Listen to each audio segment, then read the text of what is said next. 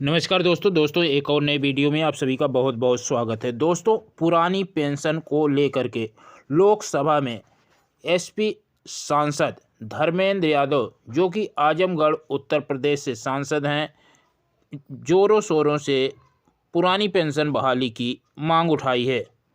दोस्तों, देश के सरकारी कर्मचारी काफ़ी दिनों से लगातार पुरानी पेंशन की मांग कर रहे हैं, लेकिन पहले इन सरकारी कर्मचारियों को एनपीएस न्यू पेंशन स्कीम दी जाती थी। अभी यूपीएस की घोषणा की गई है। यूपीएस पेंशन 1 अप्रैल से लागू की जाएगी। 1 अप्रैल से सरकारी कर्मचारियों को यूपीएस पेंशन, यूनिफाइड पेंशन दी जाएगी।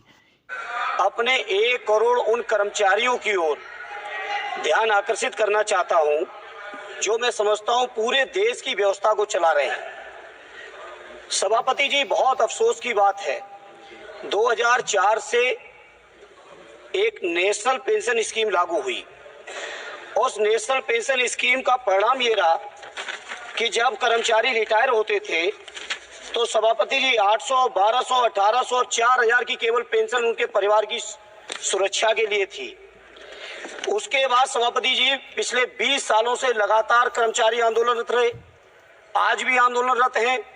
उसके बाद एक नई स्कीम यूनिफाइड पेंशन स्कीम के नाम से पेंशन स्कीम लाई गई, जो कि 1 अप्रैल से लागू होनी है।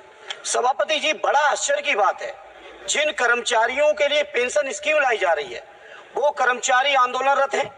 वो कर्मचारी नहीं चाहते इस तरह की पेंशन आए, क्योंकि इस पेंशन के माध्यम से कर्मचारियों के पूरे जीवन की कमाई और रिटायरमेंट के बाद उनके परिवारों का भविष्य आपके स्टॉक मार्केट में जा रहा है। स्टॉक मार्केट की स्थिति क्या है पूरा देश देख रहा है। सभापति जी, पूरे कर्मचारी चाहते हैं कि जो ओपीएस थी, पुरानी पेंशन स्कीम थी, वो पुरानी पेंशन स्कीम लागू हो। पुरानी पेंशन स्कीम ही एक ऐसा मात्र रास्ता है सभापति जी, जो कि कर्मचारियों के परिवारों की सुरक्षा की गारंटी है। और मैं समझता हूं कोई भी सरकार हो, बिना कर्मचारियों के व्यापक समर्थन और सहयोग के नहीं चल सकती है। जनता के और सरकार के बीच का पुल है कर्मचारी। इसलिए हमारे राष्ट्रीय अध्यक्ष आदरणीय अखिलेश यादव जी ने अपने लगातार चुनावी घोषणा पत्र में कहा कि जब समाजवादियों को मौका मिलेगा, चाहे प्रांत में चाहे दिल्ली की सरकार में, हम पुरानी पेंशन स्कीम लागू करेंगे। इसलिए सभापति जी, मेरी आपसे मांग है, केंद्र सरकार से मांग है कि कर्मचारियों का शोषण हो गया। विषय आ गया आपका, बहुत महत्वपूर्ण विषय उठाया, प्लीज कालीपत जी। लेकिन कर्मचारियों की मांग है कि उन्हें पुरानी पेंशन ही चाहिए। जो ओल्ड पेंशन है, ओपीएस है, उसी को सरकार से बहाल करने का आग्रह कर रहे हैं। इसी को लेकर के एसपी सांसद धर्मेंद्र यादव जी ने जोरदार तरीके से सरकार के समक्ष पुरानी पेंशन बहाली की मांग की है। नरेश गणपत मयास्के, शिवसेना के सांसद, 10 मार्च 2025 को ईपीएस पेंशन 7,500 रुपये तत्काल की जाए, इसको लेकर के जोरदार तरीके से सरकार के समक्ष मांग रखी है। दोस्तों, आइए सुनते हैं शिवसेना सांसद गणपत मयास्के जी ने क्या कुछ कहा है ईपीएस पेंशन बढ़ोतरी को लेकर के। सदस्य श्री नरेश गणपत मयास्के जी। माननीय अध्यक्ष जी, मैं सदन का ध्यान एम्प्लॉयज पेंशन स्कीम 95 पेंशन योजना के तहत पेंशनर्स की समस्याओं की ओर आकर्षित करना चाहता हूं।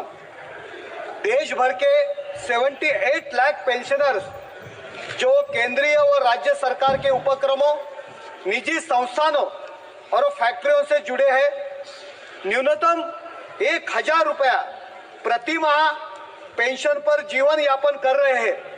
ये राशि वर्तमान परिस्थितियों में अपर्याप्त है और उन्हें बुनियादी आवश्यकताओं व स्वास्थ्य सेवाओं से वंचित रखती है। 2013 में कोशियारी समिति, 2018 में श्रम संसदीय समिति और ईपीएफओ की उच्च स्तरीय समिति ने सिफारिश की थी कि न्यूनतम पेंशन 7,500 प्रति माह होनी चाहिए। पेंशनर पिछले 7-8 वर्षों से इस मांग को लेकर आंदोलन कर रहे हैं। उनकी आवाज अब नहीं रही है। सरकार से मेरा निवेदन है, ईपीएस 95 पेंशन योजना में तत्काल संशोधन किया जाए और न्यूनतम पेंशन 7,500 प्रति माह किया जाए। इससे अतिरिक्त महंगाई भत्ता और पेंशनर्स और उनके परिवारों के लिए निशुल्क स्वास्थ्य सेवाएं उपलब्ध कराई जाए, जिससे न केवल पेंशनर्स के जीवन स्तर बेहतर होगा बल्कि उनके दशकों के योगदान का सम्मान होगा।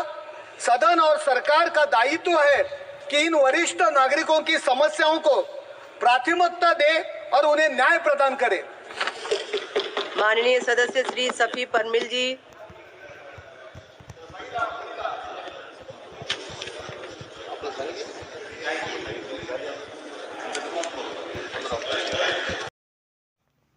तो दोस्तों आपने देखा, एक तरफ ईपीएस पेंशन धारक अपनी मांगों को लेकर के जगह जगह आंदोलन कर रहे हैं और प्रदर्शन कर रहे हैं। लोकसभा में भी ईपीएस 95 पेंशन धारकों के मुद्दे को उठाया जा रहा है। वहीं दूसरी तरफ सरकारी कर्मचारी पुरानी पेंशन बहाली की मांग कर रहे हैं। उनको यूपीएस यानी यूनिफाइड पेंशन मंजूर नहीं है, जबकि सरकार ने यूनिफाइड पेंशन की घोषणा कर दी है, 1 अप्रैल से लागू भी होने जा रही है। लेकिन देश के सरकारी कर्मचारी ओपीएस बहाली की मांग कर रहे हैं। इसी को लेकर के धर्मेंद्र यादव एसपी सांसद आजमगढ़ उत्तर प्रदेश से जोरदार तरीके से सरकार के समक्ष सरकारी कर्मचारियों की मांग रखी है। दोस्तों यह जानकारी पसंद आए तो वीडियो को लाइक करेंगे, इस चैनल पर नए चैनल को सब्सक्राइब करेंगे। धन्यवाद। जय हिंद।